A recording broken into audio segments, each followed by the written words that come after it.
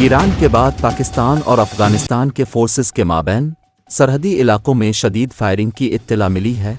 ये तेहरान की जानिब से बलूचिस्तान में अस्करियत पसंदों के ठिकानों पर हमले और ईरान के अंदर पाकिस्तान के जवाबी हमलों के बाद सामने आया है। ताहम पाकिस्तान और अफगान तालिबान के दरमियान सरहद पर होने वाली झड़पों में किसी जानी नुकसान की इत्तला नहीं है।